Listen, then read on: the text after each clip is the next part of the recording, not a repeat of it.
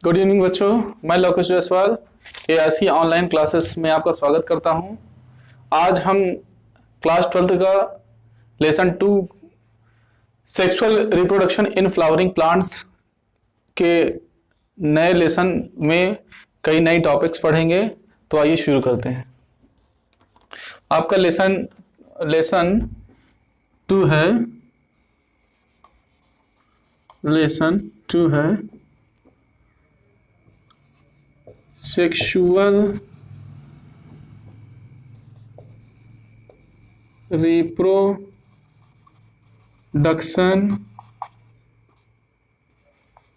इन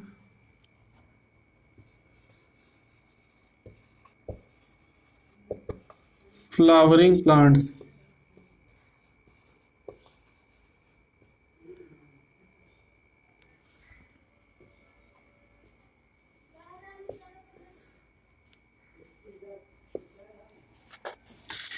lesson 2 में जैसा कि हमने आपको सेक्सुअल रिप्रोडक्शन और एसेक्सुअल रिप्रोडक्शन पढ़ा दिया था, तो उसमें अब आपका नया जो लेसन आया है उसमें sexual reproduction in flowering plants, मतलब ऐसे एंजियोस्पर्म प्लांट या एंजियोस्पर्म प्लांट ऐसे प्लांट होते हैं जिनमें फ्लावर ब्लूम करते हैं या फूल खिलते हैं और उनसे रिप्रोडक्शन होता है।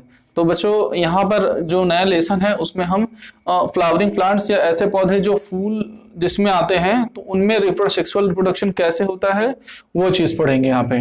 तो इसमें हम सबसे पहले जो पौधा होता है या प्लांट उसके बारे में थोड़ा सा डिस्कस करते हैं। प्लांट, तो जैसे हमने आपको 11th क्लास में पढ़ाया था कि जो प्लांट होते हैं वो 3 तरीके के होते हैं। एरिस्टोटल ने बताया था, पहला होता है हर्ब,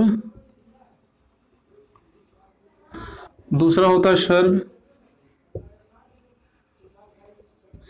थर्ड होता है ट्री होता है। तो हर्ब में भी फ्लावरिंग होती है, शर्ब में भी फ्लावरिंग होती है और ट्री में भी होती है। तो आइए चलिए जानते हैं कि ये जो फ्लावरिंग होती है या जो फूल होता है वो पौधे के किस पार्ट में होता है। तो उसके लिए सबसे पहले हम स्ट्रक्चर ऑफ प्लांट देख लेते हैं, एक बार मोटा मोटा देखेंगे। तो जैसे हमारा प्लांट होता है तो प्लांट जो होता है वो 2 पार्ट्स में डिवाइड होता है। ये तो एक हिस्सा इसका पृथ्वी के अंदर होता है, जैसे आप देख पा रहे हैं, छोटी क्लासों में आपने पढ़ा भी है। तो यहाँ पर बस केवल थोड़ा सा आपको हम गाइडेंस दे रहे हैं इसके बारे में, आपके सिलेबस में यहाँ पे इस लेसन में नहीं है।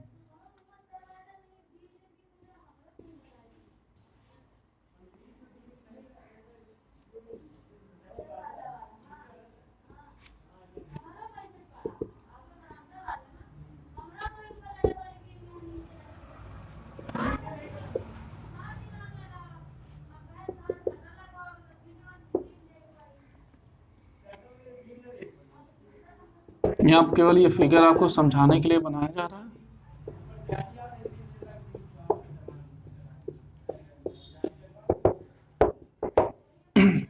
On the basis of structure जो प्लांट होता है वो 2 पार्ट में होता है।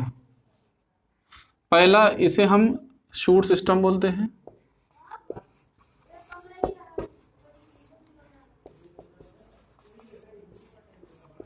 दूसरा होता है रूट सिस्टम।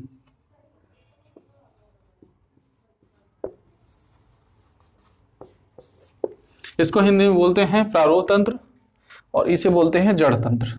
तो यहाँ पर देखिए, जो जड़ें होती हैं ये मिनरल्स और वाटर एब्जॉर्ब करती हैं, एब्जॉर्ब करके जाइलम और फ्लोएम के माध्यम से प्लांट में ऊपर पहुंचाती हैं। और ये जो पत्तियां होती हैं क्या करती हैं, प्रकाश संश्लेषण करती हैं।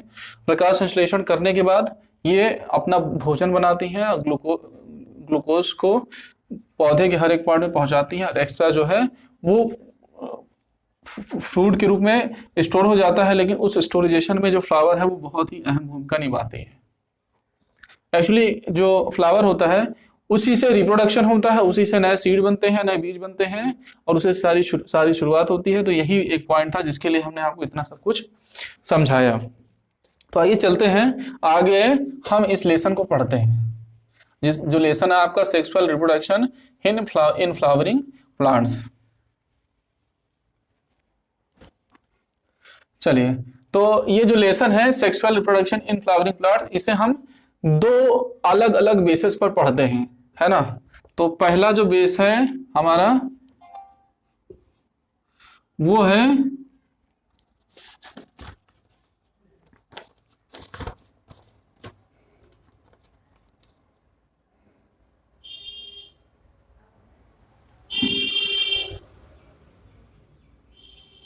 Pre fertilisation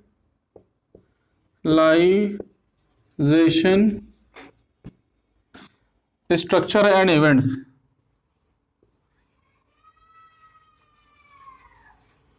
structure and events. और सेकंड है हमारा पोस्ट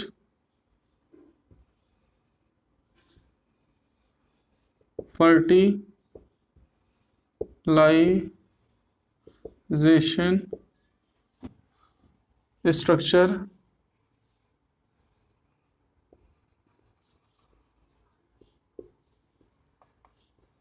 एंड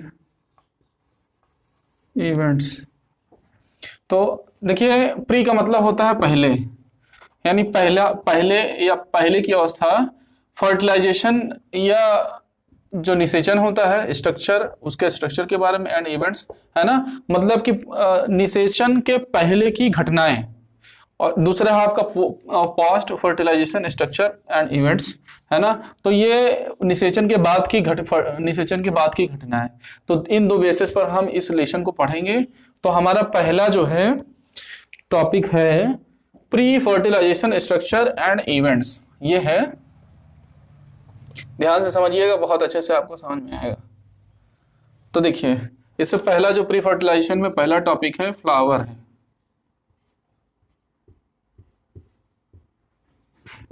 फ्लावर का मतलब फूल होता है, आप सबने देखा है। जितने भी एंजियोस्पर्मी होते हैं या आवृत बीजी पौधे होते हैं, उनमें जो प्रजनन होता है वो फ्लावर से होता है। तो जो फ्लावर होते हैं उसमें सुगंध आती है और परागण होता है, और उस परागण से के बाद निषेचन होता है। निषेचन के बाद जो परागकण होते हैं वो स्टिग्मा से स्टाइल तक पहुंचते हैं, उसके बाद ओवेरी तक पहुंचते हैं और फर्टिलाइजेशन कर देते हैं। तो आइए यहाँ पर हम एक एक चीजों को ध्यान से पढ़ते हैं। और सबसे पहला टॉपिक है हमारा फ्लावर। तो फ्लावर के बारे में आइए पढ़ते हैं।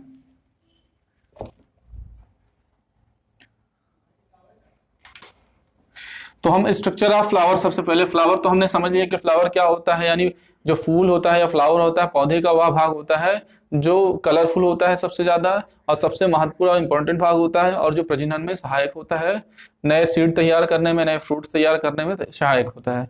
तो इसमें अब आइए पढ़ते हैं स्ट्रक्चर ऑफ फ्लावर।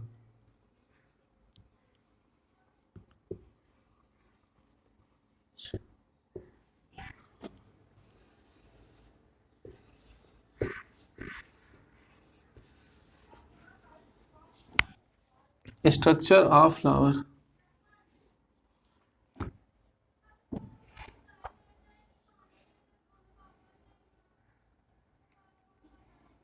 तो देखिए जो फ्लावर का स्ट्रक्चर होता है वो कई बेसिस पे होते हैं। इसके जो टाइप होते हैं स्ट्रक्चर के, वो पहला होता है, इसका पहला पार्ट होता है कैलिक्स।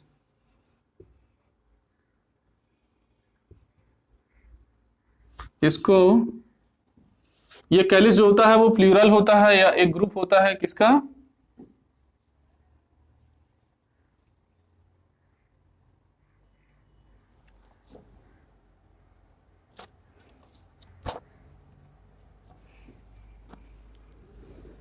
सेपल का ग्रुप होता है। दूसरा होता है कोरोला। तो कोरोला होता है वो पेटल्स का ग्रुप होता है। थर्ड इसमें होता है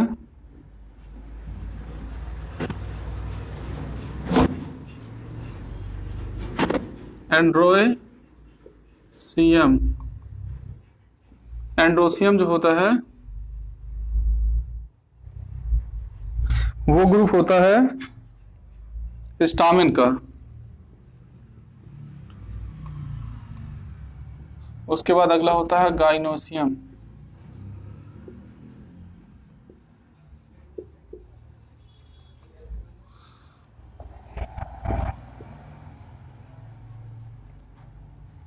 गाइनोसियम जो है वो कार्पेल्स का ग्रुप होता है, कार्पेल का ग्रुप होता है। अब इसे मोटा मोटा समझ लेते हैं। जो कैलिक्स होता है वो पौधे का वो भाग होता है, फूल फ्लावर का वो भाग होता है जो फ्लावर कली निकलने से पहले उसमें ग्रीन कलर का होता है। अभी हम आपको स्ट्रक्चर बना के समझाएंगे। ये कैलिक्स जो होता है ये प्लूरल होता है और उसका सिंगल जो होता है सेबल कहलाता है। और जो कोरोला होता है, कोरोला मतलब कलरफुल, तो ऐसा जो फ्लावर होता है उसका वो पार्ट जो ग्रीन कलर का होता है तो उसे हम क्या बोलते हैं, कोरोला बोलते हैं। उसके उसके एक यूनिट को क्या बोलते हैं, पेटल बोलते हैं, और उसके ग्रुप को क्या बोलते हैं, कोरोला बोलते हैं। उसके बाद आता है एंड्रोसियम। एंड्रोसियम जो होता है उसके एक यूनिट को क्या बोलते हैं, स्टामिन बोलते हैं। और पूरे यानी उसके ग्रुप को या उसके उस पर्टिकुलर सिस्टम को क्या बोलते हैं, एंड्रोसियम बोलते हैं। और उसके बाद जो गाइनोसियम होता है उसके उसके यूनिट को क्या बोलते हैं, कार्पेल बोलते हैं। और उसके ग्रुप को क्या बोलते हैं, गाइनोसियम बोलते हैं। तो ये स्ट्रक्चर ऑफ फ्लावर, ये जो फ्लावर होता है 4 अलग अलग भागों में बटा होता है। तो चलिए आइए देखते हैं, अगला टॉपिक है आपका स्ट्रक्चर ऑफ फ्लावर।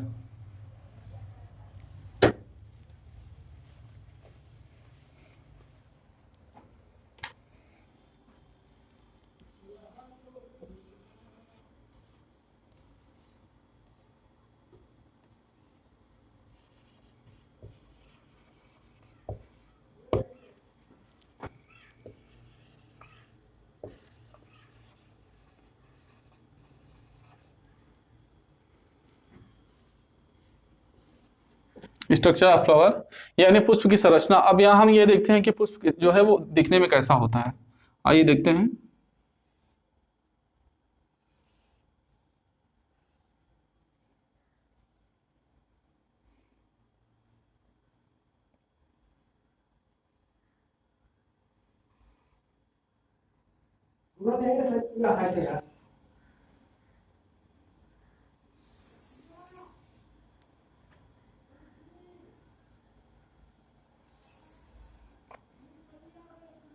जैसे हम ऐसे ही कर सकते हैं।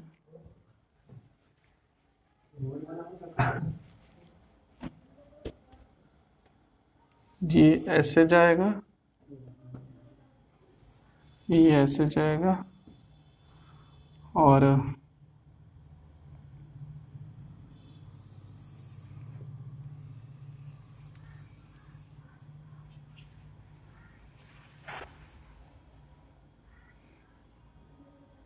अब यहाँ पर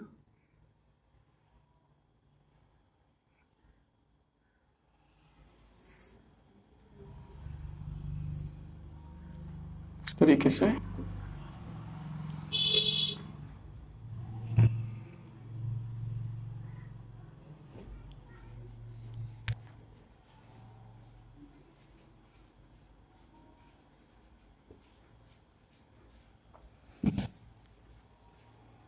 ये वाला जो पार्ट पूरा होता है, जो जिस पर पूरा जो फ्लावर होता है वो बेस होता है, हम उसे बोलते हैं थैलेमस।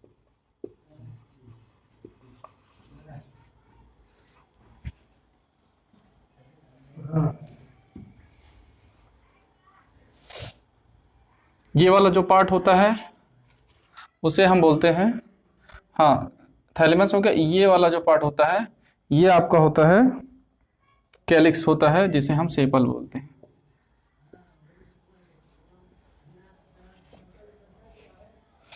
ये हमारा होता है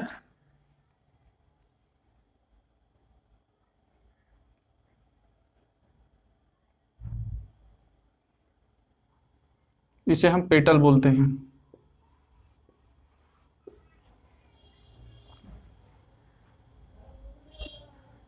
इसको हम एंथर बोलते हैं।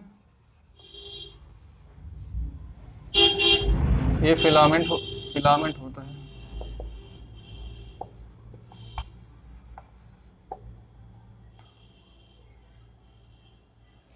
और इसको कंबाइंड रूप से हम क्या बोलते हैं?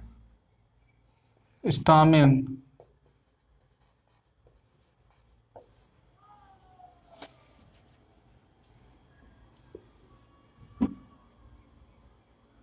ये स्टिग्मा होता है, ये स्टाइल होता है, ये ओवेरी होता है, ये ओव्यूल होता है,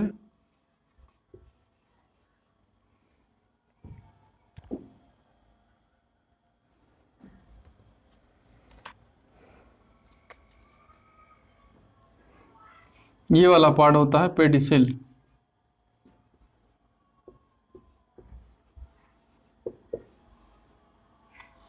पेडिसिल होता है। तो आइए समझते हैं फ्लावर का ये जो पार्ट आप देख रहे हैं, इसको हम कलर कर सकते हैं।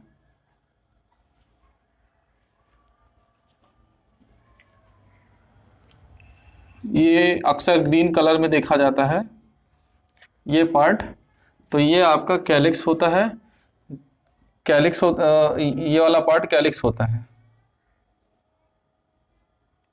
जिसका हम ये कह सकते हैं कि जो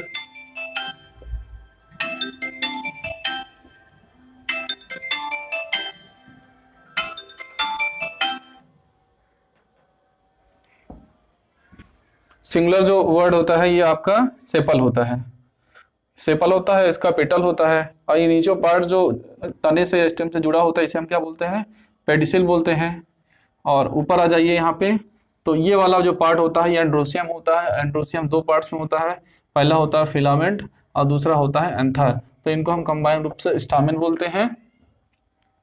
और ये वाला पार्ट आइए देखते हैं, ये इसको हम क्या बोलते हैं? गाइनोसियम बोलते हैं। यह हम कंबाइंड रूप से कार्पेल बोलते हैं। सिमिलर में कार्पेल बोलते हैं, जिसमें स्टिग्मा ऊपरी भाग होता है, जहां से जो पॉलन ग्रेन होता है वो यहां से होकर अंदर पहुंचता है। और उसके बाद स्टाइल होता है, ये वाला यहाँ से यहाँ तक का पार्ट स्टाइल कहलाता है। और उसके बाद ये जो आपका होता है पूरा ओवेरी होता है, और ये वाला पार्ट क्या है? ओव्यूल होता है। तो इस तरीके से ये फ्लावर की संरचना है, आप देख पा रहे हैं।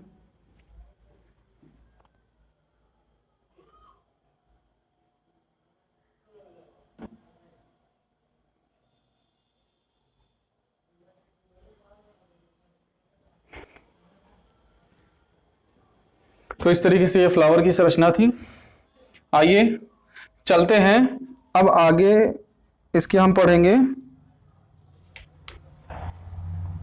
इसके हर एक पार्ट जो हमने एंडोसियम गाइनोसियम पढ़ा था उसको आपको अलग अलग करके दिखाते हैं किस तरीके से होते हैं। तो जैसा कि हमने आपको पढ़ाया था, जो फ्लावर होता है उसके 4 पार्ट्स होते हैं। Parts of flower. तो पहला था हमारा कैलिक्स, सेकंड था कोरोला, थर्ड था एंड्रोएसियम, फोर्थ था गायनोएसियम। तो देखिए इसका हमने आपको क्या बताया था? कैलिक्स का सेपल बताया था, सेपल। तो सेपल जो होता है वो देखिए ऐसे होता है फ्लावर में, ये ऐसे इधर, इधर ऐसे, इधर ऐसे होता है, और इस साइड जो है नीचे की तरफ ऐसे नीचे होता है, और ये ग्रीन कलर का होता है। ये प्रकाश संश्लेषण करता है और जो फ्लावर होता है उसको एक नया बेस तैयार करता है और ब्लूमिंग करने में हेल्प करता है। इसका जो फंक्शन होता है ये होता है। कोरोला, कोरोला का जैसे हमने बताया था कलरफुल बताया था, तो कोरोला में क्या होता है? जो फ्लावर होता है उसका जो ग्रीन कलरफुल पार्ट होता है, जो सबसे ज्यादा खूबसूरत अट्रैक्टिव होता है, उसे हम कोरोला बोलते हैं। और कोरोला का जो हम सिंगुलर लेते हैं वो होता है पेटल। तो जो पेटल होता है वो इस तरीके से होता है, ऐसे ऐसे, यानी इसके चारों ओर ऐसे ऐसे होता है। ठीक, तो ये वाला पार्ट जो है काफी अट्रैक्टिव होता है, और इसे देखकर ही जो अलग अलग तरीके के इंसेक्ट होते हैं वो अट्रैक्ट होते हैं। चलिए आइए बात करते हैं एंड्रोसियम की। तो जो एंड्रोसियम होता है, एंड्रोसियम जो होता है वो देखिए इस तरीके से होता है ये, उसके बाद इसको ऐसे करिए, फिर ये ऐसे बन गया आपका एंड्रोसियम।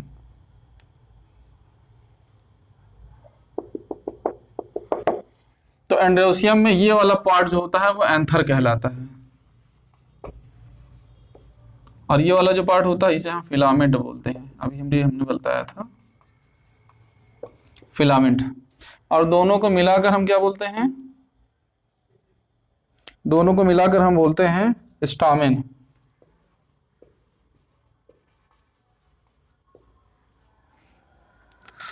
तो ये जो है, जो गाइनोसियम होता है उसके चारों तरफ इस तरीके से ऐसे फैले होते हैं, जैसा कि हमने अभी आपको बना के दिखाया था। उसके बाद गाइनोसियम जो होता है वो ऐसे होता है।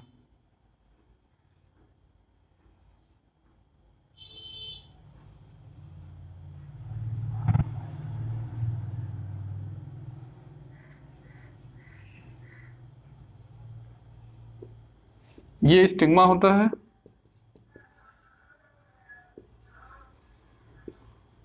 ये स्टाइल होता है, ये ओवेरी होता है, ये ओव्यूल होता है। इसको कंबाइन रूप से क्या बोलते हैं? कार्पेल, या हिंदी में स्त्री केसर बोलते हैं। तो इस तरीके से इसका जो काम होता है, वो जो पॉलन के इस पे आता है तो नीचे यहाँ से जाता है और जाके यहाँ पर इस ओवरी को क्या करता है? फर्टिलाइज कर देता है। तो इस प्रक्रिया को क्या बोलते हैं? फर्टिलाइजेशन बोलते हैं।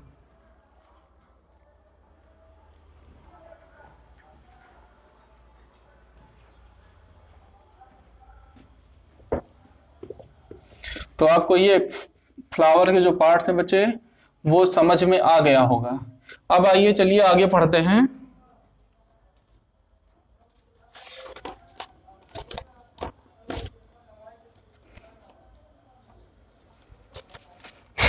देखिए अभी हमने आपको कैलिक्स पढ़ा दिया। कैलिक्स जो होता है वो ग्रीन कलर का होता है और प्रकाश संश्लेषण करके फ्लावर को ब्लूम करने में हेल्प करता है, और जो फ्लावर होता है उसको भोजन प्रदान करता है। उसके बाद हमने कोरोला की बात किया। कोरोला होता है ग्रीन कलर का, सॉरी कोरोला होता है कलरफुल होता है, किसी भी रेड कलर में हो सकता है, येलो कलर में हो सकता है, व्हाइट कलर में हो सकता है। वो क्या करता है? इंसेक्ट को अट्रैक्ट करता है पॉलिनेशन के लिए। अब आगे बात करते हैं एंड्रोसियम की।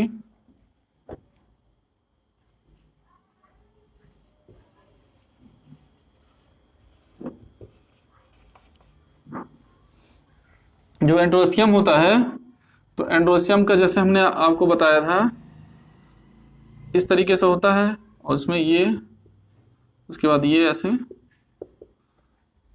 पार्ट होता है। तो इसको हमने आपको बताया था ये क्या होता है? एंथर होता है। ये आपका फिलामेंट होता है। तो अब यहाँ पर हम देखते हैं कि जो हमारा ये एंड्रोसियम है, या इसे हम पुंकेसर भी बोलते हैं, तो इसमें फिलामेंट तो सिंपल होता ही है, लेकिन अब हम बात करेंगे एंथर के स्ट्रक्चर के बारे में। तो आइए देखते हैं एंथर का जो स्ट्रक्चर होता है वो कैसे होता है। ये आपके एग्जाम में, बोर्ड एग्जाम में 2 नंबर में इसका स्ट्रक्चर बहुत आता है। तो अगर हम जो एंथर है उसे हम उसका डाइसेक्ट करें तो एंथर डाइसेक्ट करने पर किस तरीके से दिखाई देगा, आइए देखते हैं।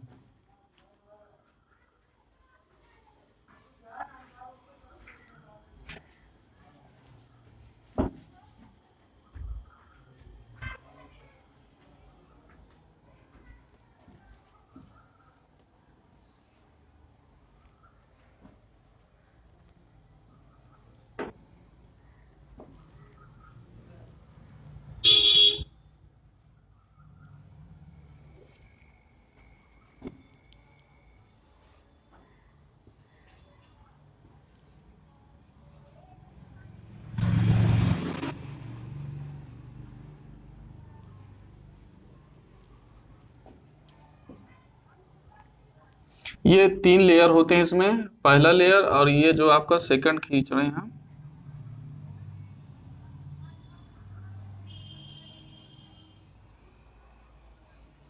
आप देख पा रहे हैं। इसके बाद इसमें एक और लेयर होती है।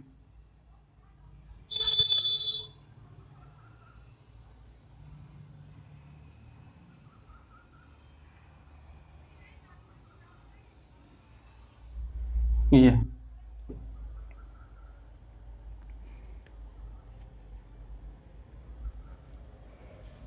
अब उसके बाद हम देखते हैं कि इसके अंदर इस तरीके से ऐसे ऐसे ऐसे ऐसे एक लेयर इसकी ऐसे होती है। मतलब यहां से क्या होता है, जो सेल्स है वो डिवाइड होना शुरू हो जाते हैं। न्यू सेल्स, न्यू टिश्यूज का ग्रुप जो है वो बनना शुरू हो जाता है बच्चे।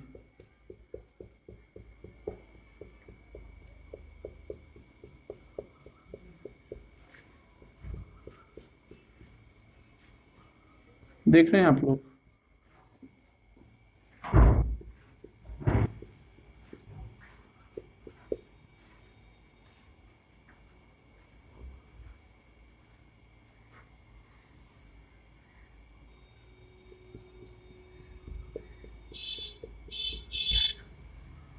अब इसके ऊपर एक लेयर ये चढ़ जाती है।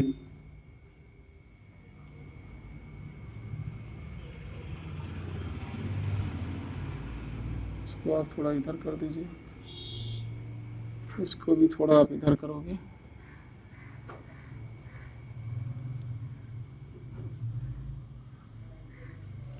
इसको थोड़ा इधर, इसको आप कवर कर लोगे।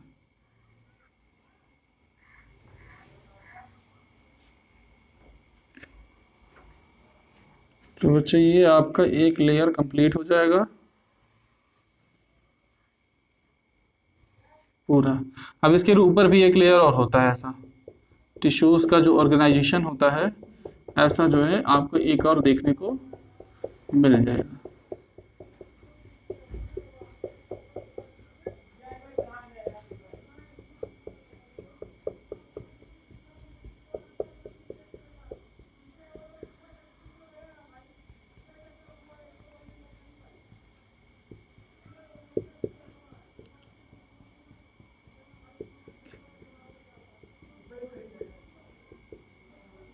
अब यहाँ पर भी एक लाइन ऐसे हो जाएगा।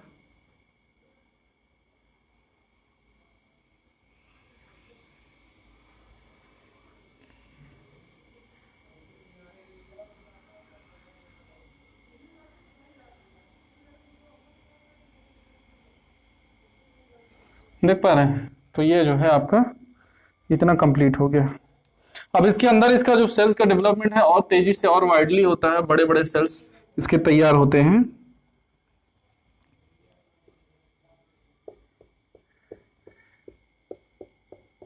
सेल्स का जो डेवलपमेंट है वो और तेजी से शुरू हो जाता है।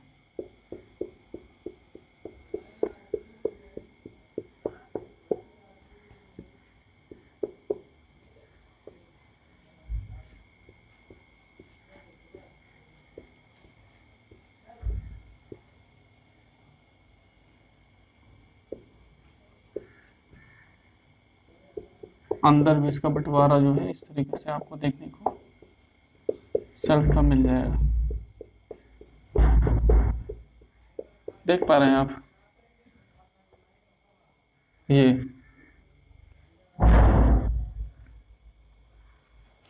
तो देखिए, ये वाला जो पार्ट होता है इसको बोलते हैं कनेक्टिव टिश्यू। बीच में होता है कनेक्टिव टिश्यू।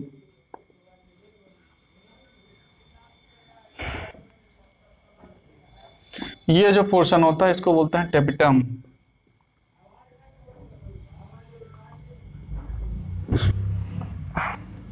बाहरी लेयर को बोलते हैं एपिडर्मिस।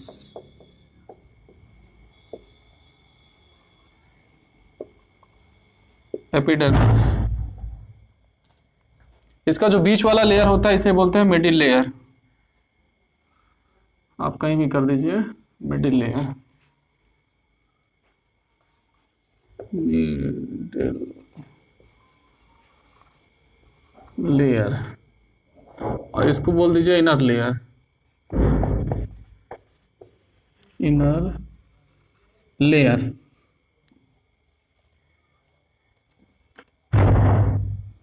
और ये आप देख पा रहे हैं, ये वाले जो पार्ट है, ये दोनों इधर के उधर के पिंड जैसे हैं, इसको यहां लिख दीजिए एंथर लोब,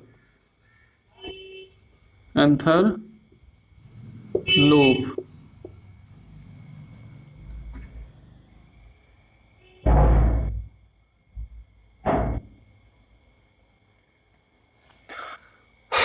तो इस तरीके से अगर आप सेक्शन काटेंगे तो आपको ये इस तरीके से आपको दिखाई देगा।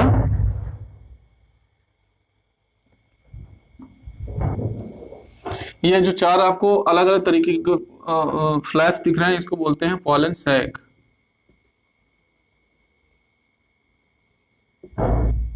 सैक। और ये वाला कनेक्टिव टिश्यू होता है, बीच में होता है। और आपको जैसे हमने बताया कि मिडिल लेयर यहाँ पर होता है, इनर लेयर ये वाला होता है, और इंटरनल लेयर ये होता है। कनेक्टिव टिश्यू यहाँ पर होता है। ये वाला पार्ट जो इतना झुका हुआ होता है, यहाँ से यहाँ, ये और ये आपका ये टिपिटम कहलाता है। और बाहरी लेयर को एपिडर्मिस बोलते हैं। पॉलन सैक हो गया। तो इस तरीके से इसका पूरा स्ट्रक्चर होता है। ये आपके एग्जाम में 2 से 2.5 नंबर में आता है। अगर आप बोर्ड का एग्जाम दे रहे हैं तो वहाँ पर 2 से 2.5 नंबर में आपको मिलेगा। और आपके नीट के एग्जाम में भी ये अलग अलग तरीके से इसमें क्वेश्चन बना के पूछे जाते हैं। तो इसको आप डीपली पढ़ के समझ लीजिए और फिर इसको क्लियर करिए। तो ये सेक्शन था, ये सेक्शन था किसका? पॉलन सैक जो था उसका सेक्शन। अगला सेक्शन है आपका, अगला टॉपिक है formation of microsporangia. Formation of microsporangia.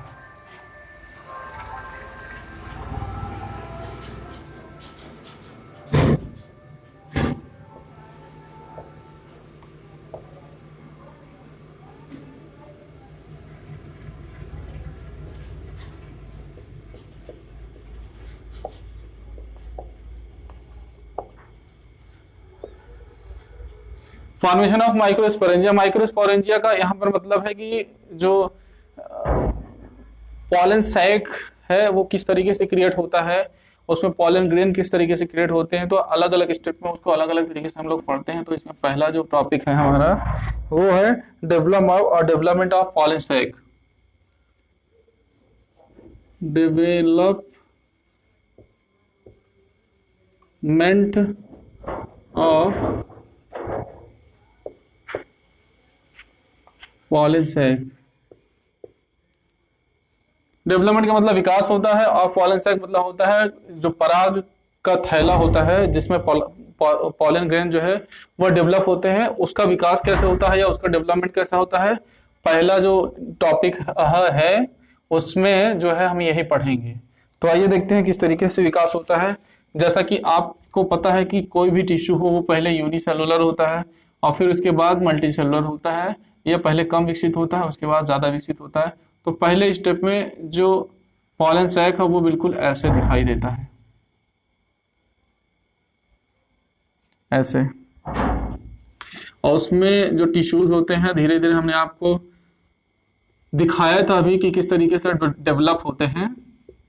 तो इस तरीके से उसमें कोशिकाओं का डिवीजन होता है और उस डिवीजन के दौरान वो डिवाइड हो जाते हैं ऐसे।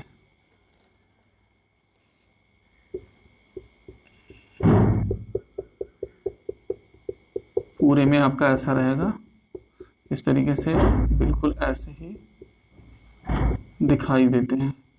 और इसको इसी तरीके से कर लीजिए, बिल्कुल ऐसा।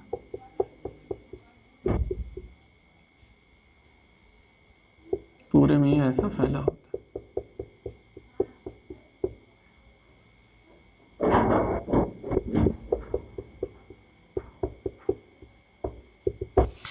बिल्कुल ऐसा। तो इस तरीके से ये जो पार्ट होता है इसको हम बोलते हैं, इस तरीके से सेल को मेरिस्टेमेटिक सेल।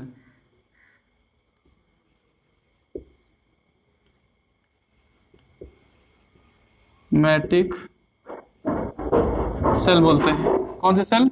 मेरिस्टेमेटिक सेल बोलते हैं। और उसके बाद ये वाला जो पार्ट होता है इसको हम एपिडर्मिस बोलते हैं।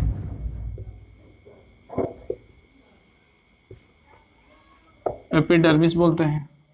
अब अगले स्टेप में क्या होता है, इसकी जो कोशिकाएं होती हैं वो और ज्यादा विकसित होने लगती हैं और ज्यादा डेवलप होने लगती हैं और ये रेक्टेंगुलर शेप लेने लगता है इससे। इस तरीके से शेप लेने लगता है और जो कोशिकाएं हैं वो और ज्यादा बड़ी होने लगती हैं।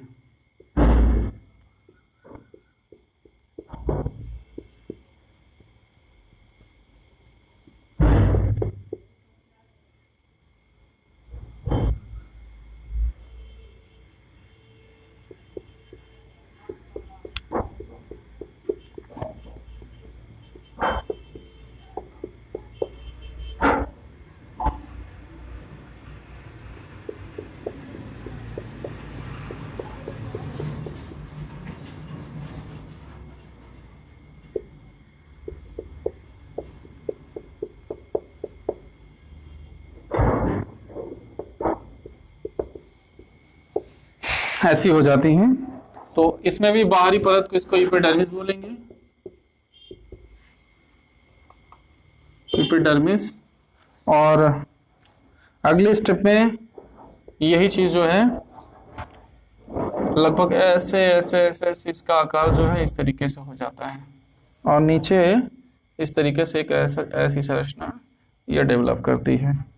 इसमें यहाँ पर एक ये इस तरीके से दो तरीके की है ना सेक्स जैसी संरचना देखने को मिलती है और इसमें इस तरीके से विकास होना शुरू हो जाता है।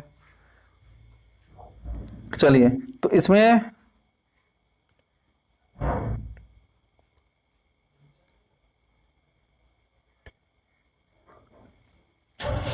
इस तरीके के जो सेल होते हैं इसको बोलते हैं प्राइमरी सेल।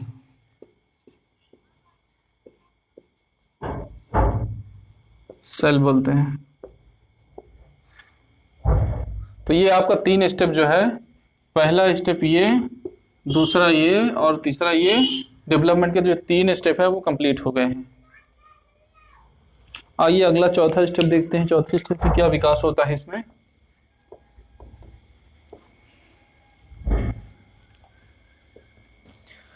चौथे स्टेप में क्या होता है, चौथे स्टेप में आपका इसका जो आकार है वो धीरे धीरे चेंज होना शुरू हो जाता है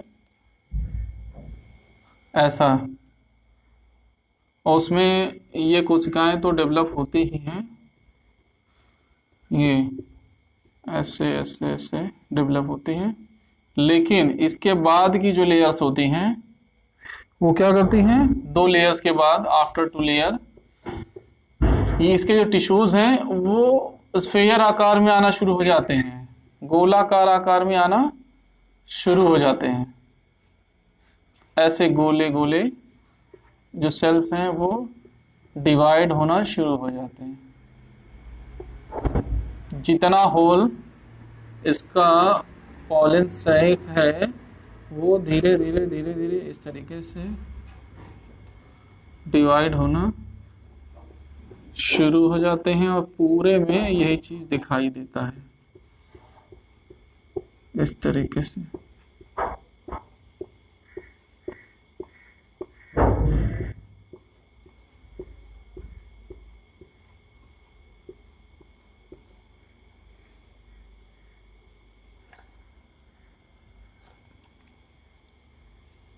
पूरे में आपको ऐसा देखने को मिलेगा।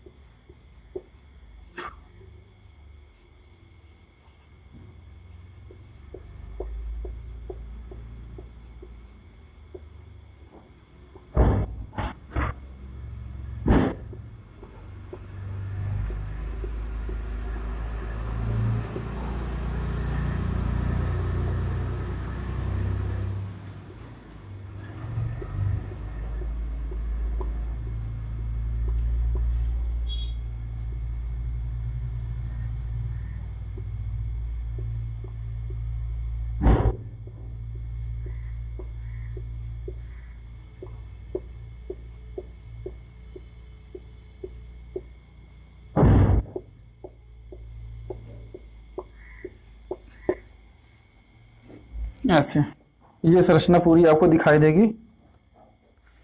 तो ये वाली जो लेयर होती है इसको बोलते हैं एपिथेलियम मिडिल लेयर। क्या बोलते हैं? Epithelium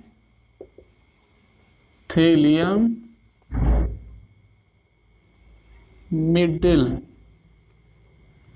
layer.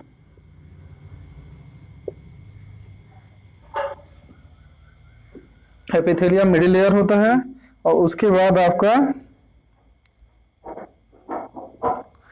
ये यहाँ पर ये जो सेल्स होती हैं इसको स्पोरेंजियल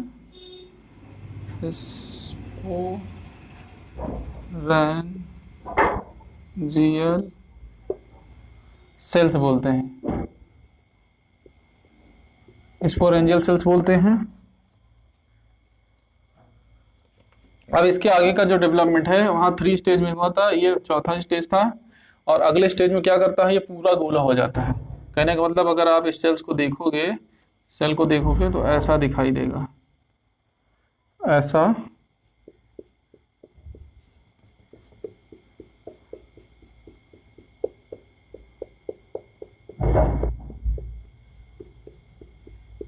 ये पहली लेयर जो डेवलप होती है, उसके बाद दूसरी लेयर हम आपको दिखाते हैं इसी में।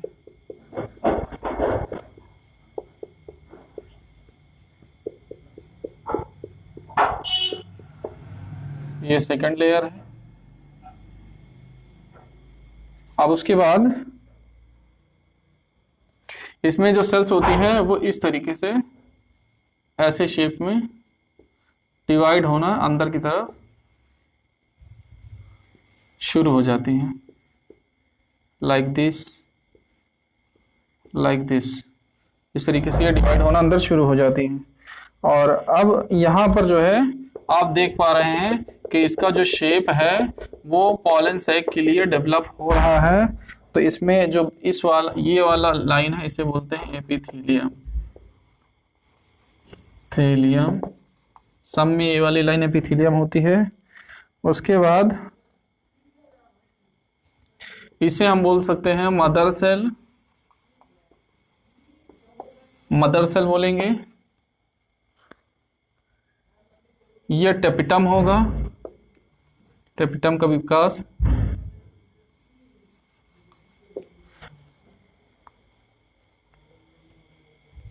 इस तरीके से डेवलप हो जाता है और अगले स्टेज में यही चीज और एक्स्ट्रा डेवलप हो जाती है। हम मानते हैं कि ये वाला जो है आपका अगले स्टेज में ये वाली जो सेल होती है वो पूरी तरीके से डेवलप हो जाती है। तो देखिए इस तरीके से दिखाई देती है। ये गोला थोड़ा सा ठीक नहीं बना है, इसे हम बनाते हैं सही से। स्फीयर हमारा ये ऐसे।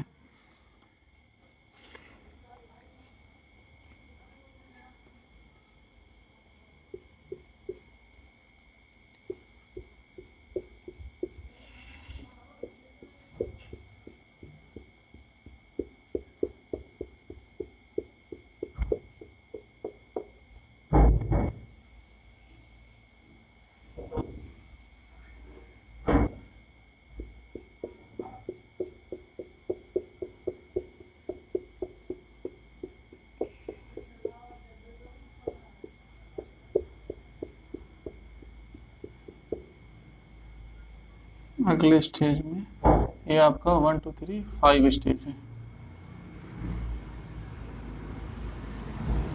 आपका हो गया।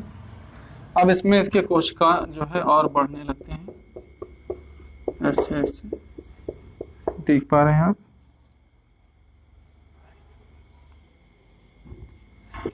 अब इसकी कोशिकाएं जो है इस तरीके से दिखाई देने लगती हैं अंदर की तरफ। अब इसमें भी देख लेते हैं, ये मदर सेल हो जाएगा। मदर सेल, ये एपिडर्मिस,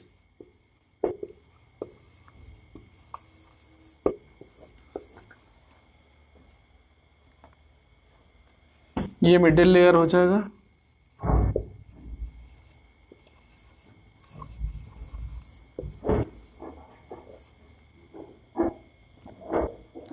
तो एट द लास्ट ये जो सेक्शन है फाइनली ऐसा दिखाई देगा, केवल एक स्टेप इसका। तो अगले स्टेज में हम इसमें पढ़ेंगे